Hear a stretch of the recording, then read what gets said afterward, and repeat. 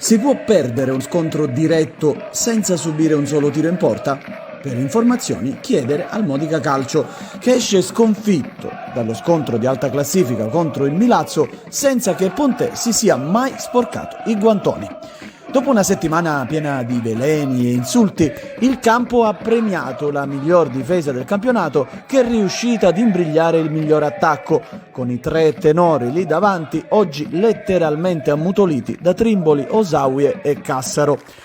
Il pubblico delle grandi occasioni ricorda prima del match la scomparsa di Peppe Giordanella, il tifoso modicano vittima di un incidente della strada mentre si recava sabato scorso a Palazzolo per seguire Rossoblù. La tensione in campo è tanta e si vede, almeno pari alla posta in gioco. Pochissime le azioni degne di nota in tutto il primo tempo. Al 7° minuto il pallone calciato da Trimboli nel tentativo di allontanare dalla propria metà campo si trasforma in un tiro insidioso che bacia la parte superiore della traversa. L'altro episodio si registra proprio in chiusura al 47°, nel mezzo il nulla cosmico. Fresco di convocazione nazionale, Viegas mette il turbo e guida un contropiede velocissimo, palla ad Aldair che si rivela l'uomo sbagliato nel posto giusto. Il centrocampista portoghese, tutto cuore e polmoni, spreca malamente tirando addosso a Piccioni in uscita disperata. Un episodio che poteva cambiare il corso della partita e probabilmente dell'intero campionato, visto che andare a riposo avanti contro una squadra che fa della difesa la sua arma migliore avrebbe fatto tutta la differenza del mondo.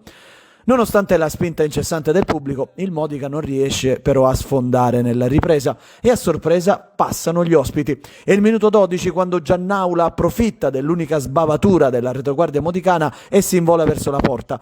Lo tocca Palmisano, per l'arbitro Previdi di Modena e calcio di rigore.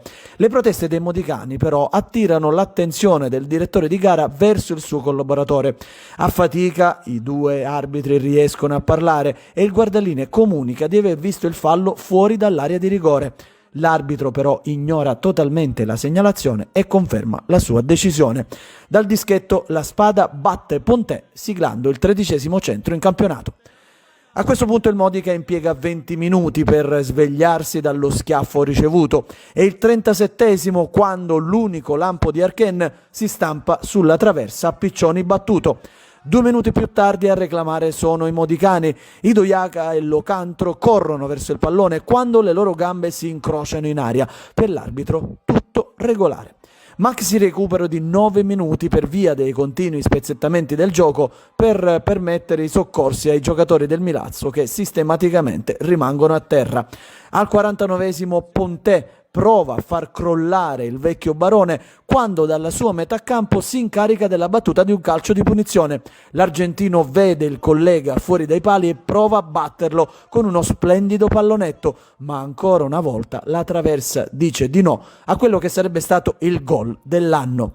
Subito dopo un ultimo brivido con Montanaro che di testa si vede respingere la conclusione, palla tra i piedi di Anzic, ma il bosniaco conferma il suo scarso feeling con il gol, mandando a lato.